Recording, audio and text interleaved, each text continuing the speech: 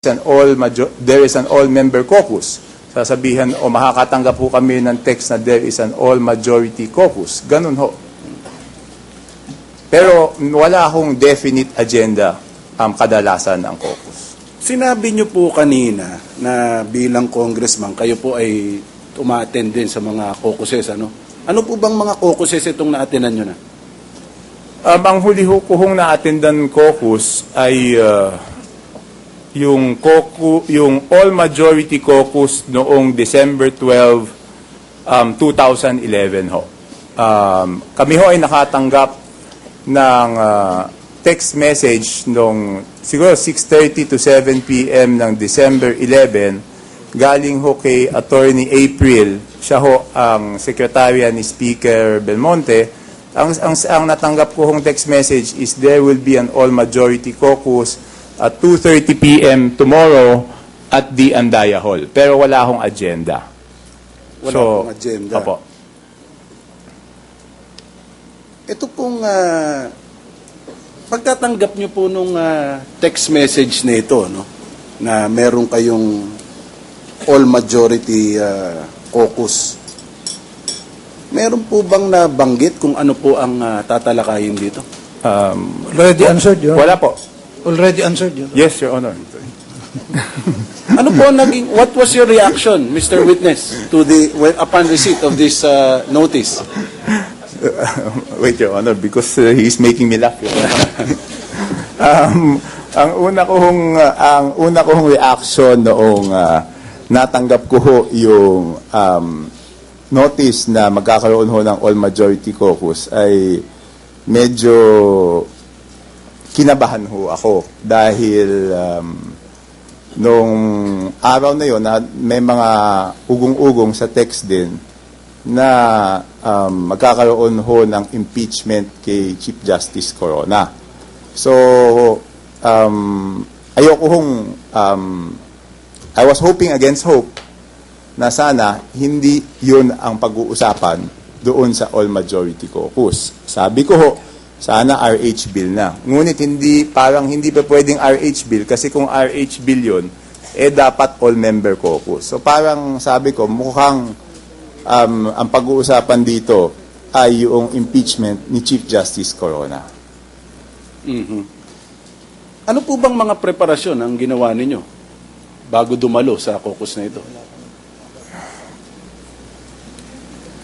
Ang preparasyon na ginawa ko is I tried to psych myself up, no? Pinilit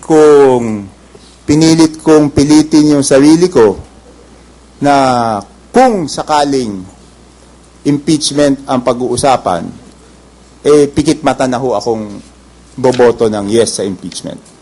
Bakit po? Tatlong bagay ho. Unang-una, masama ang naging experience ko noong hindi ho ako bumoto ng yes sa impeachment ni Merceditas Gutierrez dahil yan ang number one. No? Number two, alam ko ho may numero na eh. So bakit ka pa hindi boboto? At number three, ayoko hong mapag-initan I don't want to catch the ire of the most powerful man in the country who has a very high popularity rating, and that is the President of the Philippines. No? Alam niyo, 9.5 years, kalaban ko si GMA from 2001 and 2010, and the President can make life miserable for you. With the vast powers given under the Constitution, pwede hong maging miserable ang buhay ng isang tao pag kinalaban, pag hindi kagusto ng Pangulo. So for those three reasons, sabi ko, ayoko na ng gulo, I will just psych myself up to vote. No? You mentioned na nagkaroon po kayo ng masamang experience sa impeachment ni dating Ombudsman Merceditas Gutierrez. Ano po itong masamang experience na sinasabi ninyo?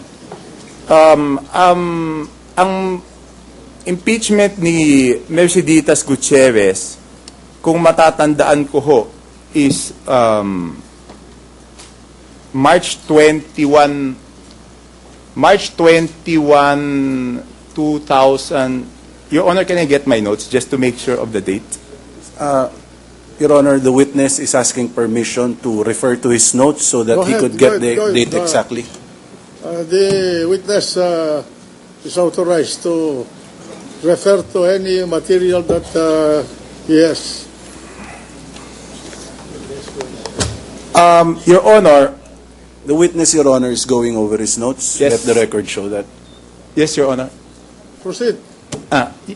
Your Honor,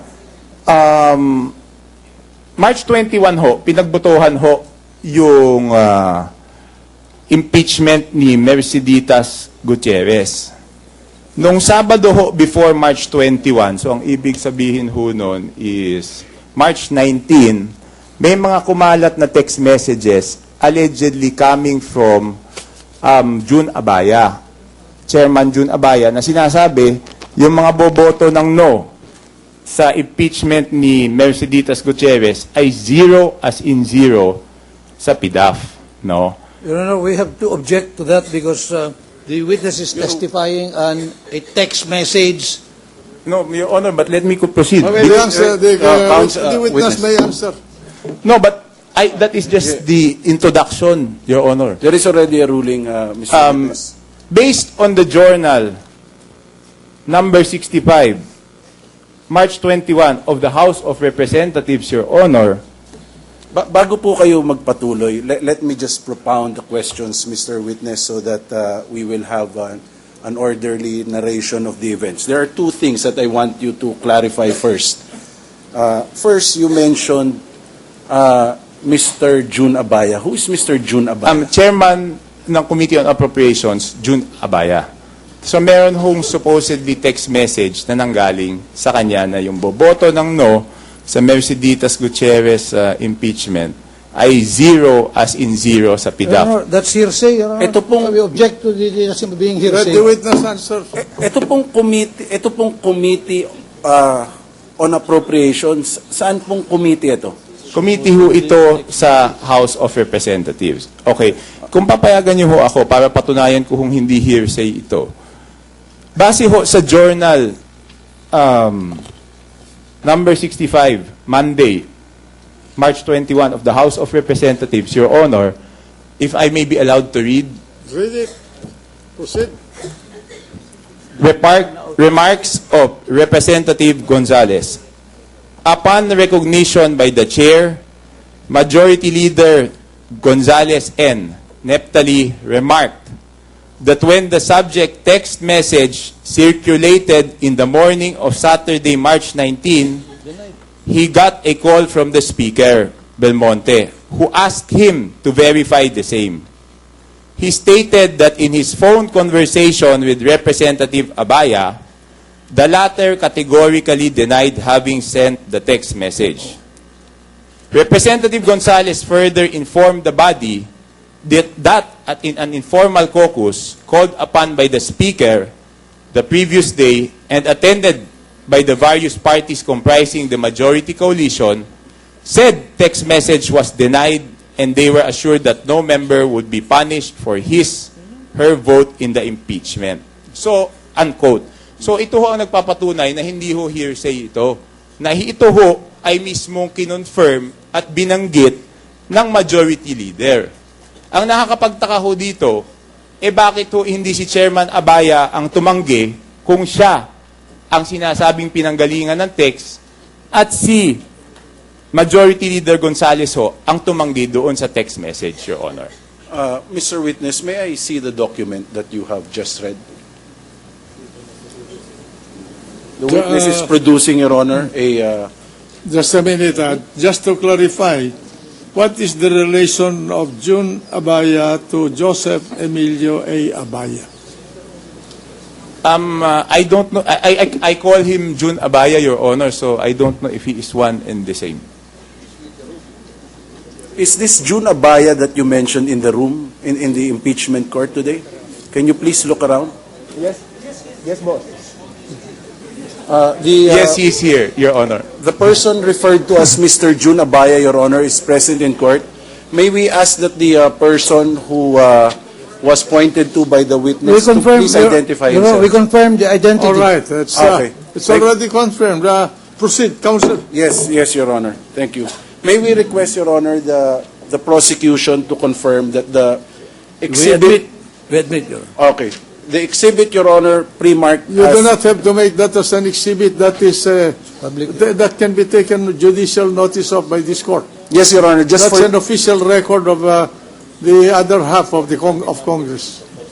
Just for the convenience of the court, Your Honor, knowing that there is already a judicial notice of this, we You want to pre-marked mark it? Exhibit 64, Your Honor. All right, mark it according. Can I have back my copy, Your Honor?